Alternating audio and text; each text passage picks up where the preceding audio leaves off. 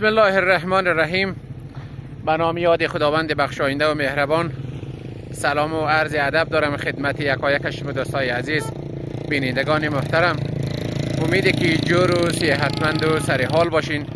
ایام به کامتان شیرین باش. دوستای عزیز، امروز ما آمدیم در سر سرک جاغوری قره‌باغ غزنی که از منطقه تمکی رد میشه. ما چند روز پیش رفتیم طرف قول و تاقچین، در بین راه فکریم طرف راه شد که واقعا راه خیلی خطرناک است و خیلی تخریب شده دیگه. دمی راستا ما یک ویدیو هم گرفتم از جریانی از این خرابی راه و امروز هم در سر کوتل خردری میخواییم طرف بازار علی‌آباد برم دیگه. این میجی هستیم و نظرات دوستا و اعضا را درباره تخریبی راه میگیریم انشالله بریم طرف بازار علی‌آباد دیگه. و از شما دوستا و اعضا خواهش می‌کنیم که اگر دوستا و اعضا توجه در را کنه، اقدام به کمک و همکاری داشته باشه، میتونه قشقزمو هماهنگ کنه انشالله تا به کمک و همکاری یکدیگر بتونیم کاری از این سرک را که یک خاک اندازی خوبتر باشه شروع کنیم.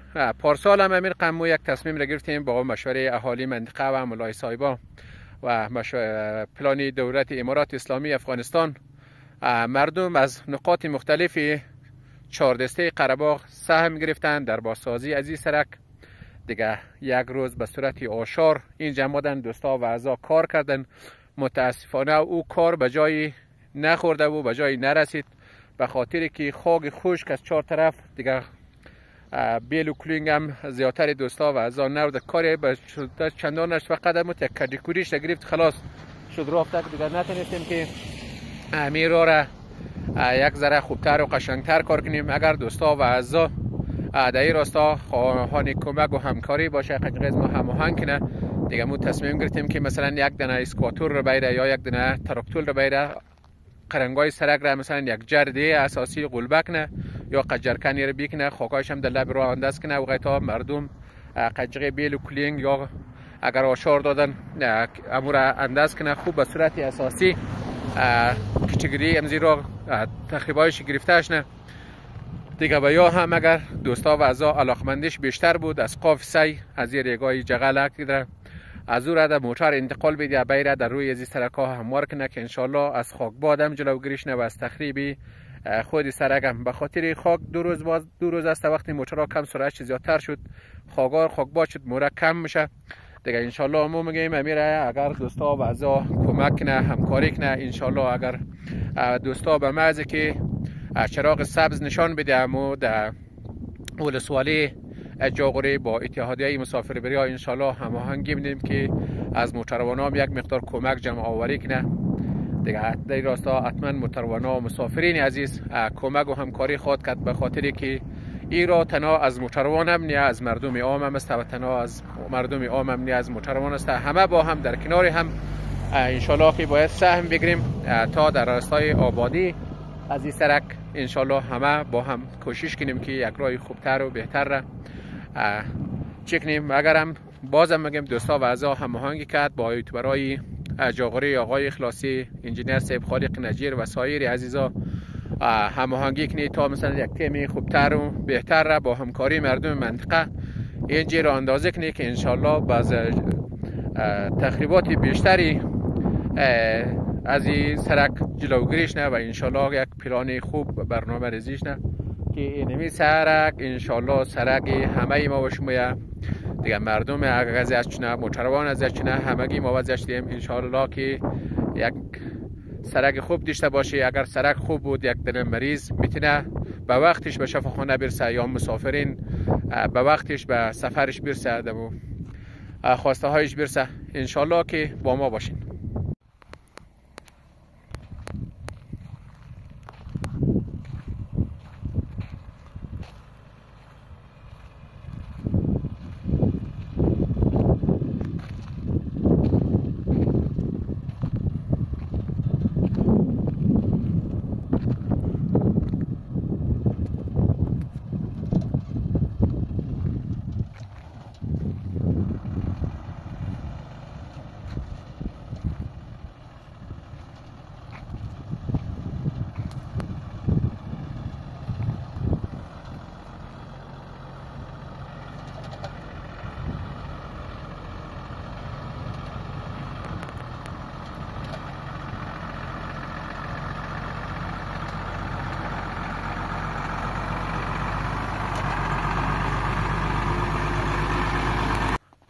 سلام علیکم خلیفه صاحب. سلام علیکم برادر عزیز. خوبی؟ بخیر؟ سلامت؟ اوقات خوشه؟ بخیر است؟ بخیر خوبی؟ الحمدلله. زنده باشی، بخیر باشی. خلیفه صاحب از کجا آمدی و از چی بار کردی بخیر؟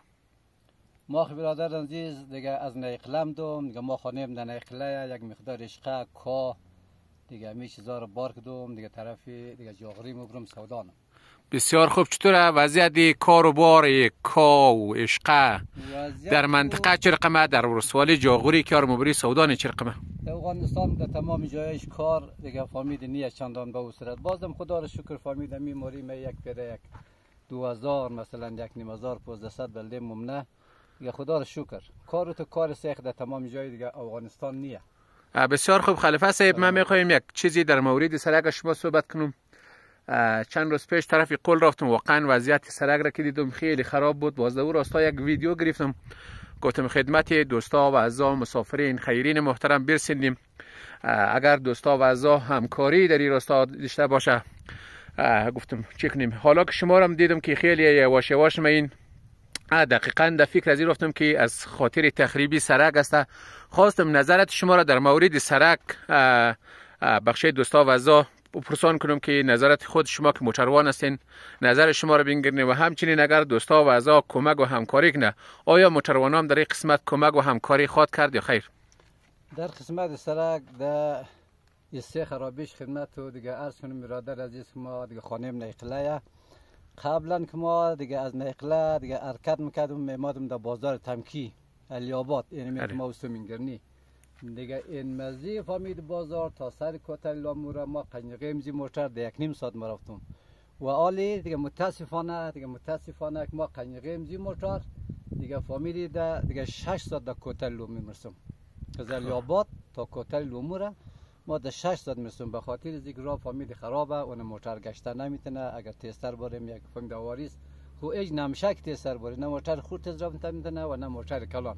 این وضعیت سرک آمد رابطه با این که کمک خدا دیگه این سه را باید که تمامی مردم کنه. هر کس همون یک دیگه مثال منده یا مثل منده که مردم را فامیل در مثل جور کنه که میگه فامیل مجید خراب کو راه را جور کو و در این سه موتروانام که باید فامیل کمک کنه و خود من که در میرا مرمیم بله دیگه ان شاء الله در روزی که اینجا فامیل کار شروع شونه یا مثلا پول فامیلی دیگه جمع آوریشونه ما خود هم میتونم به اندازه توان خود در سرک کمک کنیم. زنده باشی، بخیر باشی. یک دنیا ممنون. و مؤسساتی که دیگه ایت پلانا دارم ما دیگه ایت جدا خواهش می‌کنم که درباره اجرا در هر جای باشن کمک کنن. خرابی رو خلیفه صاحب از حد بره زیادتر در مناطق زیادتر هم زی کوتل فامید دیگه از دردالو که شروع میشه یعنی میتونه تا در سر کوتل دیگه لومان را این قسمت دیگه از حد بور خرابی داره، از حد بخی بوره. بسیار خوب.